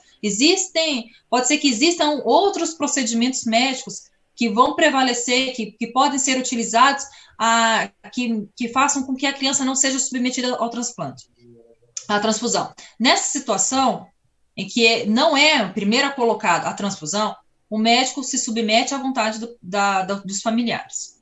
Então, depende do caso a caso. Em situação emergencial, o médico age. Na situação em que ele pode escutar o familiar, ele pode ir em prol do desejo dos familiares, que não vai haver risco na vida, né, de ceifar a vida daquela criança, ele se submete. Mas a principal decisão do médico é garantir a vida, que é o princípio da beneficência. Certo. Muito obrigado, doutora. Nada. Bacana. Tem mais uma pergunta, Rui? Obrigado, Lucas. Tem um comentário, mas acho que a doutora falou a respeito. Quem é o comentário? É do Gabriel Soad. Ele fala que teve um caso que viralizou na internet ultimamente. O Gabriel Soad ainda está na sala, ele fez algum comentário no chat. Gostaria de fazer para que todos pudessem ouvir. Eu, por exemplo, eu tenho dificuldade. Eu quero fazer uso da palavra e esclarecer sua dúvida, falar com a nossa palestrante, doutora Alessandra. Libera o microfone dele, por favor, Rui. Como que ele chama mesmo, Gabriel? Gabriel Soad. Oi, Gabriel, pode falar conosco? Ele só ligou a câmera. É só liberar o microfone. Clica, você liberou a câmera, falta liberar o microfone. Na barra inferior do Zoom, clica em cima. Oi, Wander, me ouve? Opa, bacana. Estou ouvindo. Doutora Alessandra. Estou ouvindo, mas não estou lhe vendo, Gabriel. Oi? Estou te ouvindo, mas não estou lhe vendo. Gostaria de ver seu sorriso. Vou liberar aqui, um minuto. Bacana. É porque está sendo transmitido pelas redes sociais e é bacana que as pessoas nos vejam, né? Aí, certo, legal. Agora pronto. Me fala primeiro a sua universidade, antes da sua pergunta. Universidade de São Judas Tadeu, Campus Paulista. São Judas está em peso aqui, estou gostando. Agradeço muito a participação dos colegas da Universidade de São Judas Tadeu. A gente que agradece a oportunidade de poder estar presente. Tá bom. Boa noite, doutora Alessandra, também. O meu comentário foi no começo da aula sobre a pandemia, que eu tinha me referido, que a doutora tinha se referido ao caso dos pacientes com Covid que podiam disseminar. Eu relatei um caso que eu tinha visto numa rede social, de um paciente que sabia que estava infectado, o condomínio inteiro que ele morava, do apartamento, sabia também. E num belo dia ele resolveu simplesmente sair, pegou táxi, ele chegou aí no shopping, provou roupa, provou sapato e voltou para casa como se nada tivesse acontecido. E nesse meio tempo, ele teve contato com taxista, ele teve contato com atendentes, ele teve contato com um monte de gente. E daí eu gostaria de perguntar se encaixaria no exemplo que a doutora falou, que caberia, por exemplo, uma ação civil contra ele por essas pessoas que podem ter sido diretamente afetadas. Sim, exatamente. Além de configurar o crime, né? Porque ele arriscou, né? Ele transmitiu, ele agiu de maneira a transmitir o vírus por onde ele estivesse. Então, a gente pode falar nessa hipótese criminal, né? Do Código Penal. Na hipótese na esfera civil, todas aquelas pessoas que tiveram prejuízo financeiro em decorrência da atitude irresponsável, a gente pode falar assim, desse paciente, dessa pessoa, desse vizinho, desse cliente, enfim, em decorrência dessa atitude, todas as pessoas que tiveram prejuízo financeiro, elas podem sim entrar com uma ação de indenização civil, pedindo danos materiais. Caso elas tenham prejuízo de danos emocionais, vamos dizer que acarretou uma depressão, numa hipótese, a pessoa pegou a doença, acabou sendo demitida do emprego pela situação, por ter atendido aquele paciente, aquele cliente, sei lá, imagina a situação. Todas as situações que envolveram a bala emocional, a gente pode falar numa indenização por dano moral. Então, essa atitude desse vizinho, dessa pessoa, pode culminar contra ele responder um processo criminal e diversas ações cíveis, né? Porque imagina que a dona da loja, se ela ficou sabendo se ela teve acesso a essa informação, que essa pessoa esteve lá e provou roupas, imagina o prejuízo se ela tiver que contratar uma empresa para descontaminar todo o ambiente da loja. Imagina o valor que isso custa numa época de pandemia, né? Provavelmente ela tenha que ter fechado a loja até que esse pessoal da desinfecção venha, né, tenha um horário disponível. Então, todo esse prejuízo material que advém da atitude irresponsável pode ser passível de indenização por danos materiais. Respondido? Respondido, doutora. Muito obrigado e muito obrigado pela aula também, excelente aula. Muito obrigado pela oportunidade, tanto pela sua, tanto pelo Vander e tanto por todos os organizadores desse evento maravilhoso que está proporcionando excelentes experiências para todos os alunos.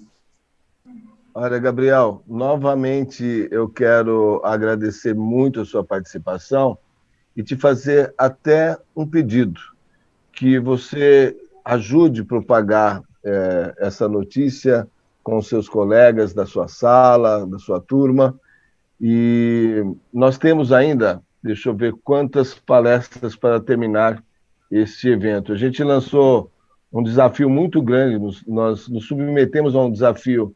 Eu nunca gostei de desafio pequeno. E está sendo uma maratona, né? Essa realização, às vezes, de eventos, um seguido, um dia, um depois do outro, sem intervalo, o que já nos deu uma experiência de fazer diferente na próxima edição do Masterclass, porque é super cansativo, não dá tempo de organizar devidamente, fazer a entrega do certificado com a velocidade que a gente gostaria. Então, a gente está aprendendo muito com esse evento também. Mas eu quero avisar para o colega e lembrar a todos dos próximos eventos que nós teremos, as próximas aulas magnas. Deixa eu ver onde eu coloquei aqui, só um momentinho, por favor. Eu preciso ter aqueles cards, igual o Faustão carrega na televisão, que ele vai lendo e vai passando, porque é mais prático do que eu ficar procurando aqui no computador. Mas, olha, lembro a todos os colegas que hoje a nossa aula, né, na verdade, ela está como terceira ou quarta, porque a gente teve uma aula extra ontem com o procurador com 30 anos de Ministério Público, o doutor Augusto Rossini, foi uma palestra muito, muito interessante também. Nós temos ainda no dia 22/7 a primazia do julgamento de mérito recursal com o Dr. Maurício Ferreira Cunha, juiz de direito do TJ de Minas Gerais. Nós teremos no dia 23/7, Tribunal do Júri Aspectos Controvertidos, com o Dr. Antônio Sérgio Cordeiro Piedade, promotor de justiça, Ministério Público do Mato Grosso.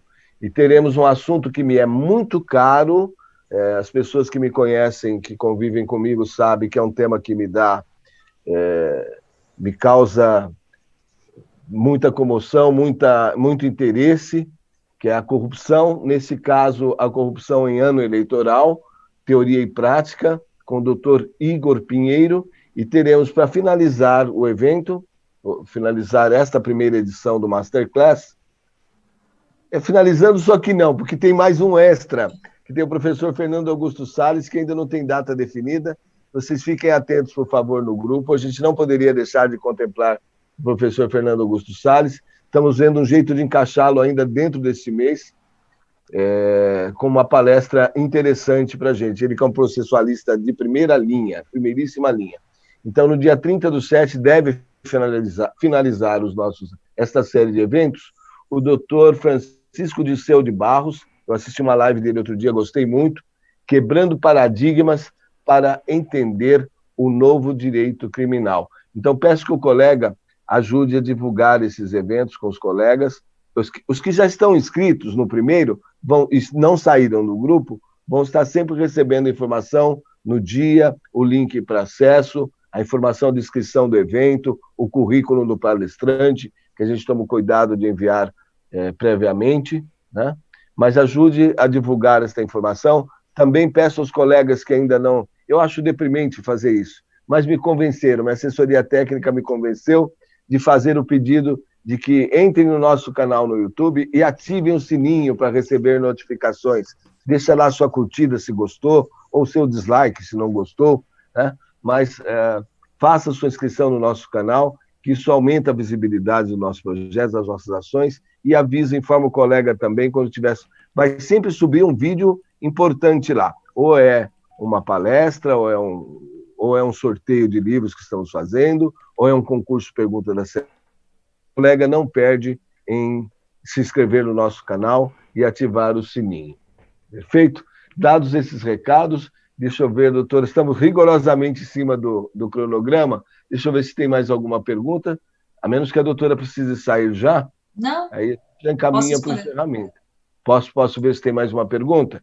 Deixa eu ver. Olha, aí tem. Enquanto eu fiquei falando aqui, a colega Mirtes Bueno Martins. Oi, por favor, libere o microfone da doutora Mirtes Bueno Martins. Ela não informou para a gente a universidade, mas peço que ela faça agora, fazendo uso do microfone, a sua pergunta para a doutora Alessandra Varrone, Almeida Prado Souza, não sem antes se identificar, dizer qual a universidade, que eu quero que o Brasil inteiro saiba quem está participando desse evento. Boa noite. A colega Mirtes, boa noite, por favor, pode falar. Boa noite, eu moro em Iguape, litoral sul do estado, e estudo em registro na Unisep, Vale do Ribeira. Olha, que bacana. Estou no quarto semestre de Direito, estou quase para me aposentar, sou da área da educação, sou diretora de escola do estado, né, e resolvi voltar a estudar. Quero parabenizar, estou achando ótimo essas aulas, né, estou aprendendo muito, tenho na família gente na área, minha filha é promotora de justiça no estado do Paraná, e aí até me incentivou a voltar a estudar. A minha pergunta, acho que complementando um pouco o que o Lucas fez, né, e parabenizando também a doutora Alessandra, achei ótimo o tema, eu até falei, fiquei até curiosa para saber como era, o que era, né, é a questão dos indígenas. Eu acho que também se encaixa um pouco nessa questão, né, quando eles chegam aos hospitais públicos, da questão de parto, porque eles têm toda uma legislação específica, e as crenças, né, e aí acho que não sei se encaixa o mesmo princípio, né, da beneficência com relação a eles, né, no tratamento, quando se questão de vida, num parto, se precisa de uma cesárea, porque eles também não aceitam, né. Também a pergunta é com relação aos indígenas, como se encaixaria também nessa questão. Dos indígenas, eles têm algumas particularidades, né, então é o parto normal, né, é pouco provável que um índio acabe procurando um hospital que não, em caso de extrema urgência, né, risco, somente em última hipótese, né? Mas ele, como qualquer pessoa, ele não ela, né? Uma parturiente, ela, como qualquer pessoa, ela tem os direitos, os mesmos direitos que qualquer outra.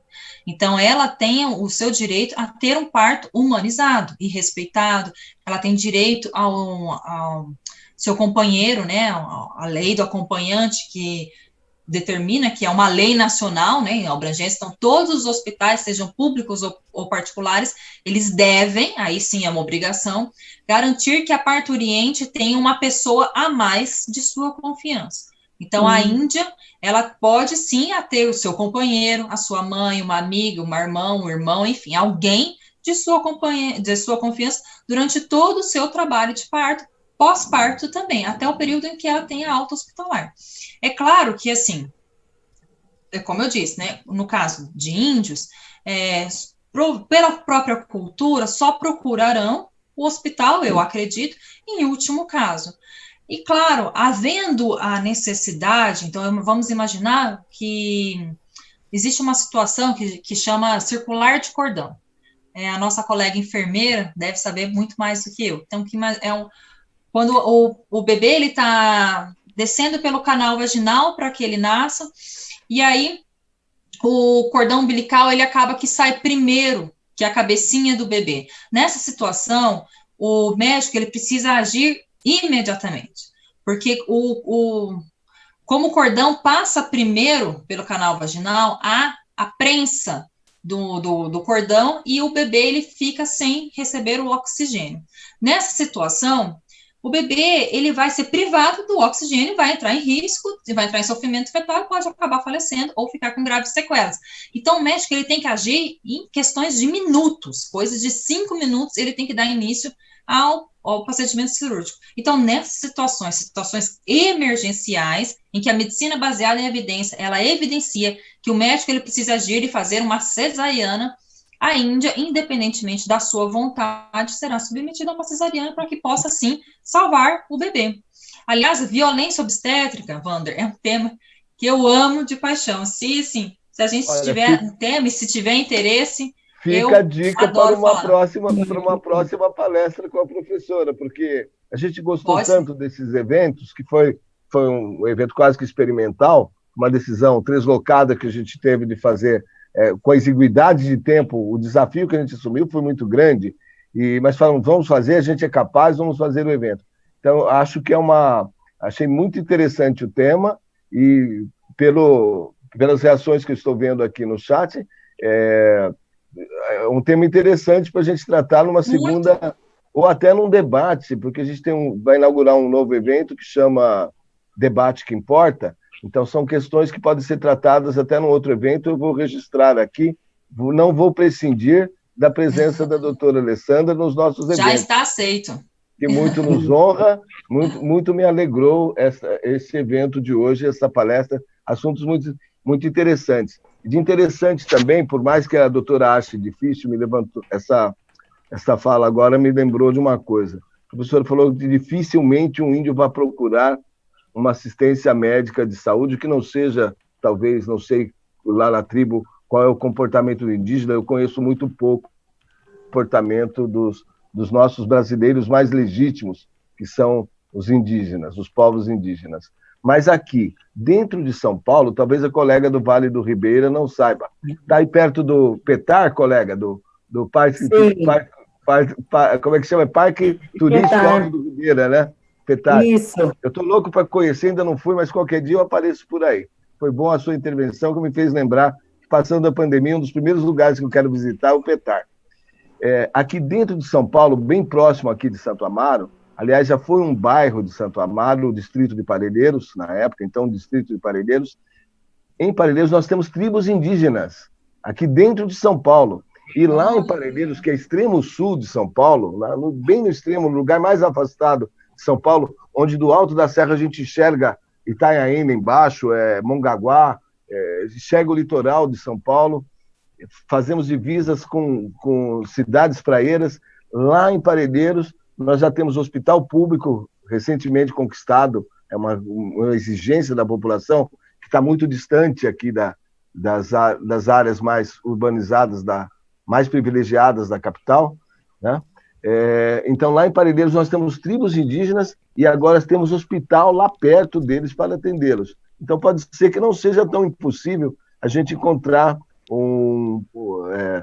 populações indígenas frequentando hospital, porque agora o fato de ter perto, a primeira dificuldade, acho que, do acesso é ter a unidade hospitalar. Agora, eles têm lá próximo, então é possível que a gente tenha uma procura da rede pública de saúde por parte de povos indígenas. Não será difícil, porque eles transitam ali pelo centro de Parelheiros, a gente costuma ver eles perambulando ali por um motivo ou por outro, por comércio, por procura de uma coisa ou de outra. Então, não será difícil, não será de tudo impossível, dentro de São Paulo, a maior megalópole do Brasil, a gente ver um índio acessando o sistema público de saúde. Só para fazer esse registro, que esse mundo nosso é uma coisa muito interessante, né? Temos de tudo. Bom, doutora Alessandra Varrone de Almeida, parece que eu não estou vendo mais nenhuma inscrição. Assim sendo, se nenhum colega se manifestou mais no chat, teve alguém no chat, Rui, que fez pergunta, eu não quero deixar ninguém de fora, porque não tendo, a gente vai encaminhar para o encerramento, porque eu ainda tenho uma coisa para fazer aqui hoje, que é um sorteio desse livro, uma cortesia da editora JH Mizuno, que é parceiraça do nosso projeto, sempre enviando boas obras para as nossas ações. Eu vou sortear para os colegas que tiveram a paciência de ficar conosco até agora. Eu vou sortear um exemplar deste livro, Direito Sumular STF, segunda edição, uma obra muito primorosa da advogada, também colega aí da nossa palestrante, a doutora Alice Saldanha Vilar. Tem mais alguma pergunta, Rui? Não? Então, doutora Alessandra Varrone de Almeida Prado Souza, a quem eu agradeço imensamente ter atendido o nosso convite e ter nos dado a esperança de ter uma palestra de qualidade, de um tema interessante para o futuro. Passo a palavra para o encaminhamento aí do encerramento da nossa aula de hoje. Muito obrigada pelo convite.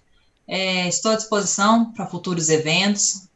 Esse tema é um tema que, para mim, direito médico, né? Esse tema é muito apaixonante e é muito importante que nós, como pacientes, tenhamos acesso aos nossos direitos. Então, por isso que eu não perco a oportunidade de falar sobre direito médico.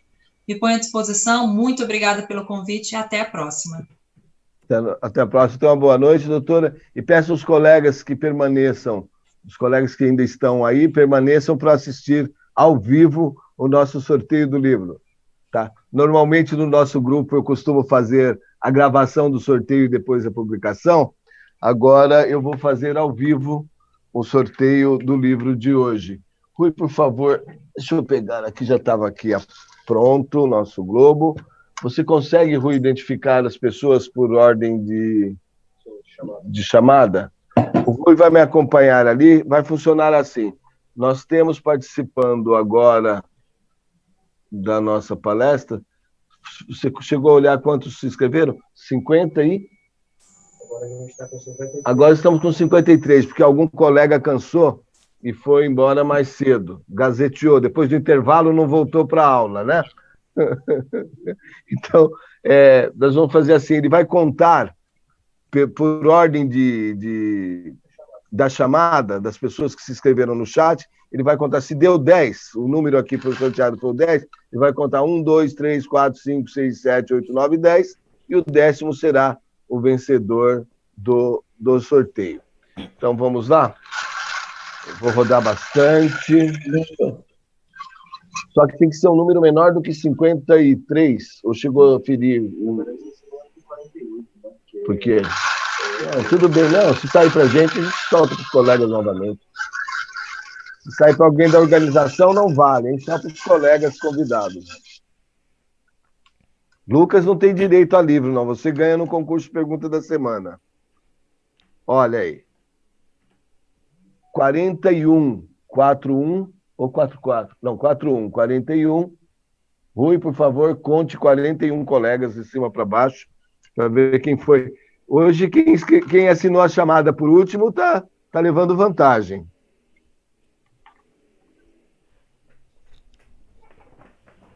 Vamos ver quem é o colega. Doutora. Entendeu? É. Deusalina Monteiro dos Santos, da Uninove Vergueiro. Deusalina Monteiro dos Santos, da Uninove Vergueiro. Ainda está na sala de aula, no nosso auditório virtual? O Rui vai checar. Tá. Abre o microfone para ela, por favor, que eu quero ver se ela gostou da notícia, de ter ficado até agora. Deusalina, você precisa só clicar na barra inferior da sua tela, no ícone do microfone, para você ter a palavra. Eu gostaria de te ver. Porque eu nunca entreguei um livro assim, ao vivo, nunca dei a notícia ao vivo, eu quero sentir essa emoção. Deixa eu ver, Deusalina. Será que ela está nos ouvindo? O microfone dela está liberado? Está dando o sinal de... Não? Está silencioso? Acho que a colega pode ter ido ao toalete, alguma coisa assim. Bom, mas como eu não me canso e quero muito ter essa emoção, nesse tempo de pandemia, a gente está muito emotivo, eu quero ver um colega feliz com o livro.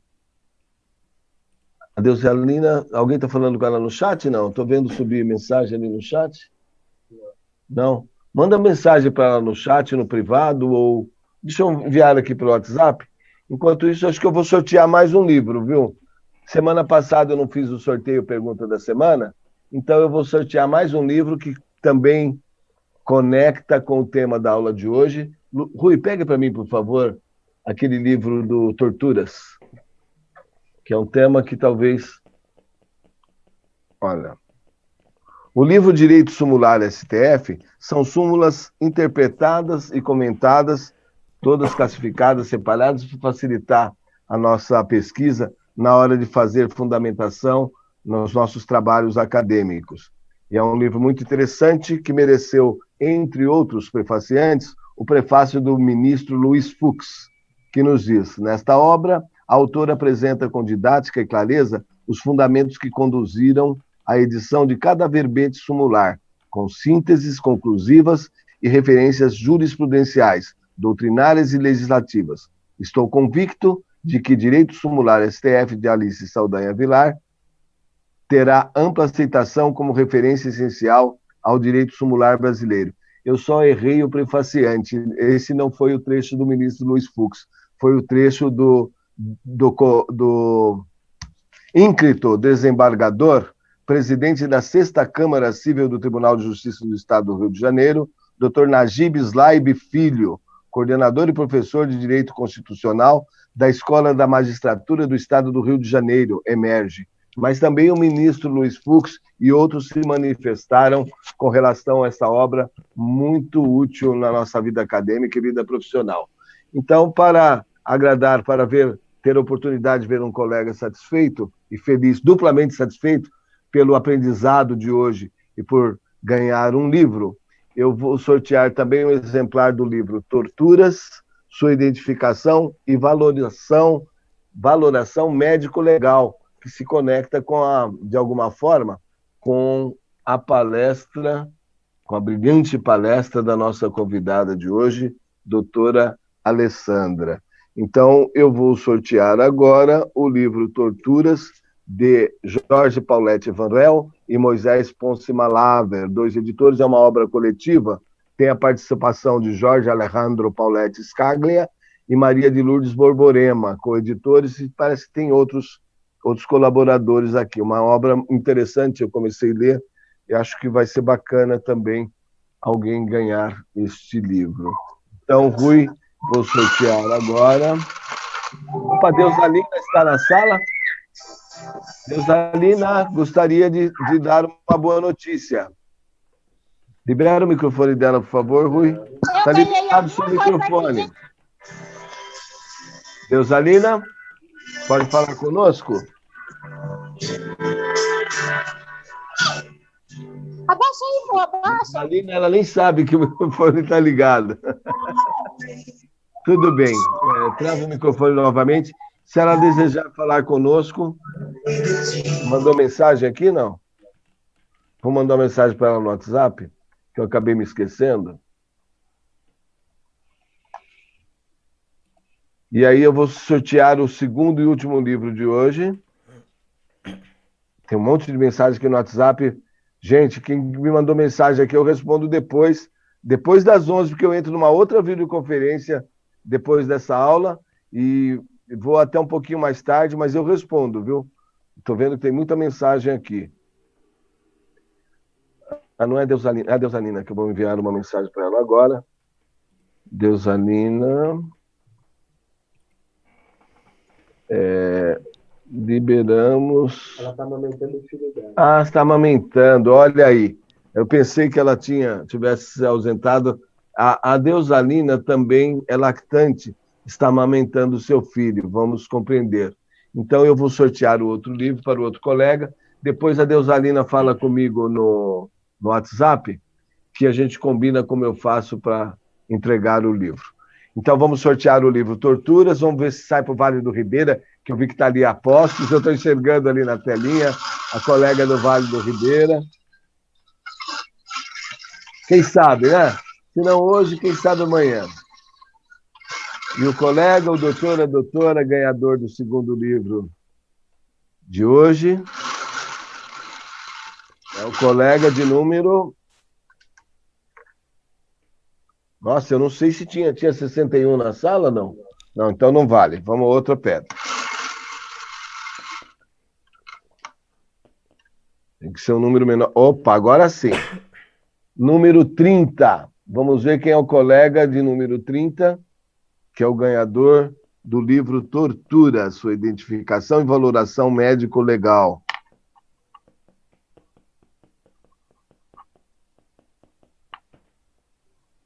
Deixa o Rui fazer a continha dele lá, contando. Gilberto Wakatoshi Caetano, da Uninove Campus Mauá. Olha só, é um colega da Uninove, não é do campus onde eu estudo, mas é da Uninove de Mauá. Gilberto Wakatoshi.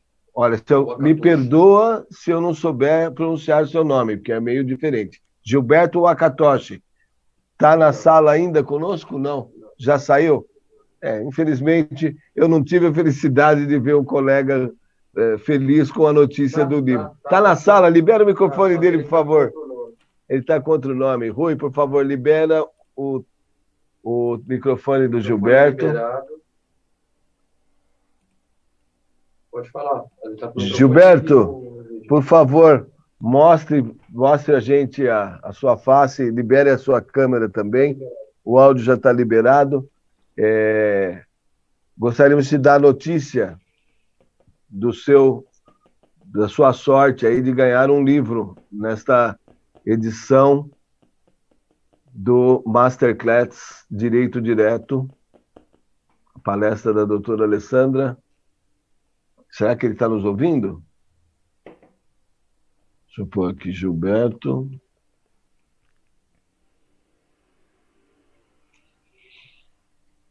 Gilberto, você ganhou um livro. Ele pediu 1 minuto. Ah, tá. Ele pediu 1 minuto. Vamos ter paciência. A gente vive de emoção também. A gente do lado de cá se emociona quando faz a entrega do prêmio para o colega. Tá com alguma dificuldade ali, já ele aparece e a gente vai fazer o encerramento dentro do horário. Bacana. Legal.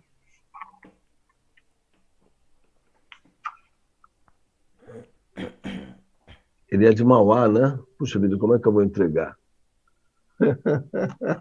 Olha o Rafael fazendo elogios. Gente, obrigado a todos aí pelos elogios que eu estou recebendo aqui no WhatsApp. Para mim é uma emoção muito forte. Não estava à procura de glória nem de fama. Estava procurando só fazer aproveitar o nosso tempo vago, o nosso tempo disponível, em prol de ajudar os colegas. Gilberto já tá ok? Gilberto, pode fazer uso da palavra aí, Gilberto. Ainda não? Não está pronto, Gilberto? Ele liberou o microfone. Pô, Gilberto, seu microfone já está liberado? A câmera também. A câmera também? Por que ali saiu... Por que eu não estou vendo o Gilberto? Boa noite. Opa, Gilberto, boa noite. Tudo bem? Tudo bem? Tudo bem. Me ouve? Estamos ouvindo, sim. Você é acadêmico da Uninove Mauá? Isso. Eu estou no 3º semestre. Pô, que bacana, que legal. Por que eu não estou te vendo aqui? Você está com a câmera ligada? Na verdade, a minha câmera não está funcionando. Eu consegui, há muito curso, ligar o áudio aqui. Tá bom, já é. Mais uma vez, se eu for esperar poder ver alguém fazer um sorteio, continuar sorteando livro, eu vou acabar com o estoque aqui, vai ter livro para o próximo sorteio. Porque eu não tive a felicidade ainda de ter essa emoção, o contato do olho no olho, de ver a alegria das pessoas evidentemente que ninguém vai ficar triste por ganhar alguma coisa, né? Mas eu queria muito ver a reação das pessoas quando ganham um livro. Mas quem sabe no próximo evento eu tenho essa felicidade que eu não estou tendo hoje. Então, colega, eu não visitei ainda, durante a divulgação do projeto, antes da pandemia, eu fazia questão de ir até o campus do colega, falar sobre o projeto, convidar os colegas a participar do Universo Jurídico, que é um grupo onde a gente só compartilha informações sobre cursos, palestras, seminários, colóquios, debates, e agora lives e webinários por conta da pandemia. E os colegas que estão ali cadastrados naquele grupo, que passivamente, posto que não é possível de fazer interação no grupo, que é um grupo silenciado do WhatsApp, a pessoa só recebe informação, você pode sim compartilhar algum evento. A gente estimula isso. Mas para evitar que mensagens importantes se percam no grupo por conta de piadinhas de bom gosto, mau gosto, gemidão e outras pragas que empesteiam as redes sociais, em particular o WhatsApp, a gente decidiu fazer um grupo silenciado. Você participa do grupo recebendo informação, e se você tem alguma informação que você quer compartilhar com os colegas, encaminha para um dos administradores do grupo, ele posta lá para que todos os colegas saibam e dá o crédito. Olha, isso aqui é o colega de Mauá que enviou essa informação, que vai ter lá um debate na OAB de subseção de Mauá.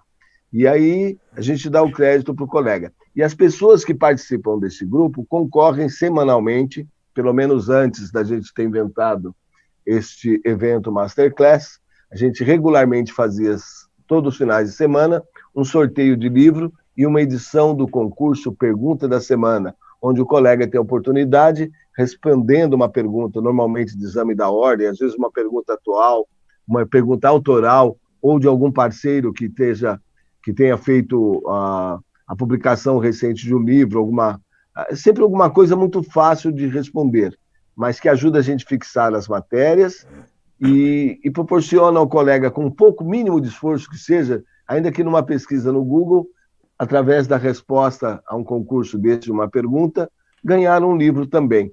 Então, se o colega quiser participar desse projeto, que eu sei que eu não visitei Mauá, então ainda não tenho colegas em Mauá, eu posso enviar um link para que o colega se inscreva e passe a participar e receber informações das nossas publicações, das nossas ações. O colega tem esse interesse? Gilberto? Gilberto, não, qual é o nome do colega? Gilberto. Gilberto ainda me ouve? Talvez ele esteja mesmo com problema lá com... Bom, tudo bem, Gilberto. Gilberto, eu peço, então, se você estiver nos ouvindo, que me procure pelo WhatsApp depois, não hoje, por favor, hein? Mas me dá até amanhã, até sábado, ou pode me mandar mensagem, não sei quando eu vou te responder. Provavelmente no sábado, vamos combinar como eu vou fazer para entregar o seu livro, tá bom? Gente, muito obrigado, então, pela participação nesse evento. Lembrando que temos o próximo agora, qual dia, Rui? Deixa eu olhar, eu estou sem o card. Na próxima eu vou arrumar um card, viu? Vou fazer igual o Faustão, carregar aquelas plaquinhas na mão para não me perder. Deixa eu ver aqui, eu coloquei no meu roteiro. O próximo evento, então, no dia Dia 22 de julho é o nosso próximo encontro com o Dr. Maurício Ferreira Cunha, juiz de direito do Tribunal de Justiça de Minas Gerais, às 20 horas, vai nos falar sobre primazia do julgamento de mérito recursal. Meus colegas, tenham todos uma boa noite e até o próximo dia 22, ou antes, se não sair o evento extra do professor Fernando Augusto Salles. Um grande abraço, boa noite a todos.